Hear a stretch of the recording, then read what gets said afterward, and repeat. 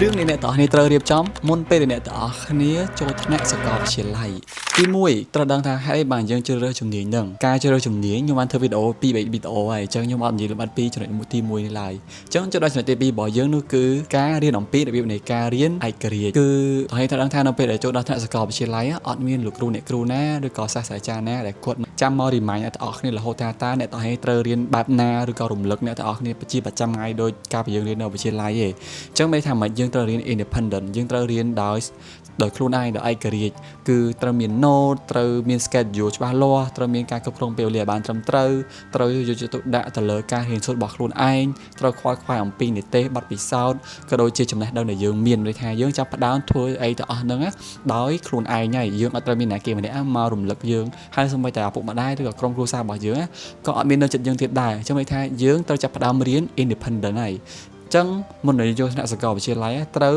រៀនគិត independent ឲ្យបានច្រើនបើអត់ចឹងទេអ្នកទាំងអស់គ្នាប្រកាសជាអត់ដឹងគោលដៅរបស់ខ្លួនឯងហើយលទ្ធផលក៏អត់បានល្អដូចគ្នាទី3គឺរៀនអំពីការគ្រប់គ្រងពេលវេលាទីថាដឹងថាក្នុងការរៀនណាគឺប្រកាសជាមាន assignment ការងារអ្នកខ្លះក៏ធ្វើការក្រៅម៉ោងអ្នកខ្លះក៏ត្រូវការធ្វើការងារខាងក្រៅបន្ថែមទៀតឬក៏ volunteer ឬអីចឹងទៅចឹងហើយការគ្រប់គ្រងពេលវេលាពិតជាមានសារៈសំខាន់មែនទែនថ្មិច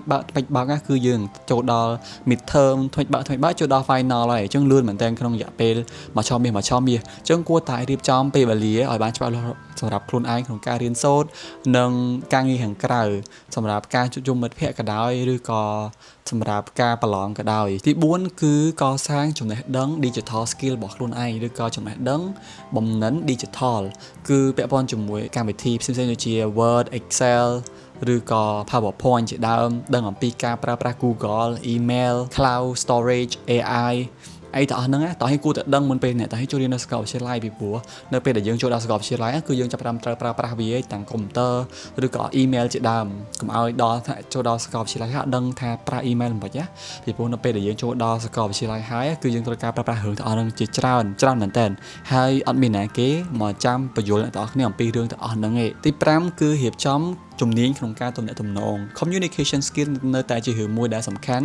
់ពីព្រោះអ្នកទាំងអស់គ្នាត្រូវមានទំនាក់ទំនងជាមួយនឹងលោកគ្រូអ្នកគ្រូជាមួយនឹងមិត្តរួមថ្នាក់ជាមួយនឹងសង្គមជាមួយនឹងមនុស្សដែលអ្នកទាំងអស់គ្នាត្រូវជួបប្រចាំថ្ងៃខ្ញុំនៅតែហ៊ាននិយាយថា communication skill វាជារឿងមួយដែលសំខាន់ខ្លាំងមែនទែនប៉ុន្តែតោះហើយកុំយល់ច្រឡំថា communication skill ហ្នឹងមានន័យថាអ្នកទាំងអស់គ្នានឹងត្រូវតែជួបមនុស្សគ្រប់គ្នាស្គាល់មនុស្សគ្រប់គ្នារាប់អានមើលមនុស្សគ្រប់គ្នាវាមិនមែនមានន័យទេប៉ុន្តែវាគឺជាការដឹងថាតើអ្នកទាំងអស់គ្នាត្រូវស្គាល់អ្នកណាត្រូវជួបអ្នកណាហើយត្រូវមានទំនាក់ទំនងមួយអ្នកណាហើយត្រូវដឹងថាតើអ្នកណាដែលយើងមិនគួរមានទំនាក់ទំនងជាមួយអ្នកណាដែលយើងមិនត្រូវចូលចិត្តអ្នកណាដែលយើងមិនត្រូវរាប់អានទី6គឺស្វែងយល់អំពីការប្រើប្រាស់លុយឬក៏ថវិកាខ្ញុំតែងតែលើមិត្តភ័ក្តិយើងរហូតថាអូចុងខែហើយដាច់លុយអ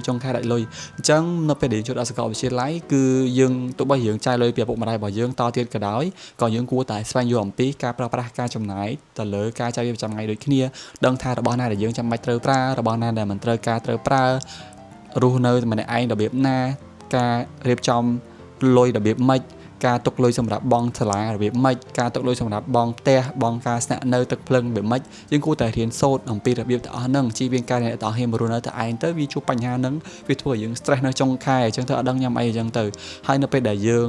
ងមានបញ្ហាបែបហ្នឹងខ្ញុំគិតថាវាអាចជាឥទ្ធិពលអាក្រក់ទៅដល់សុខភាពរបស់យើងដូចគ្ន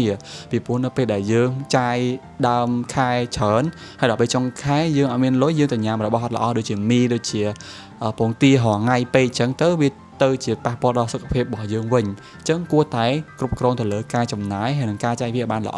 តាំងពីដើមខែរហូតដល់ចុងខែរបស់អ្នកទាំងអស់គ្នា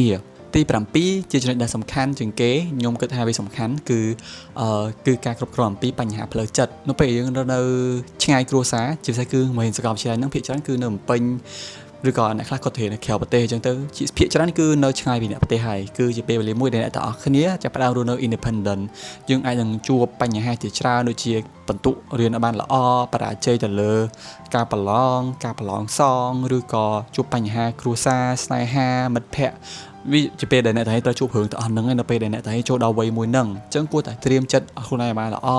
ព្រោះនៅក្នុងបរិយាកាសសង្គមមួយឲ្យបានល្អដើម្បីឲ្យខ្លួនឯងអាចប្រឈមមុខនឹងបញ្ហាមួយហ្នឹងបានហើយធ្វើឲ្យយើងអាច ជួយខ្លួនឯងបាននៅពេលដែលយើងជួបបញ្ហាទាំងអស់នោះអូខេអញ្ចឹងខ្ញុំមានតែប៉ុណ្ណឹងចំណុចខ្ញុំសង្ឃឹមថាបងប្អូននឹងបានរៀនសូត្រពីចំណុចទាំងអស់នេះដែលខ្ញុំបានចែករំលែកបើមានចម្ងល់អាច comment ខាងក្រោមបានហើយជួបគ្នានៅវីដេអូក្រោយបាយបាយ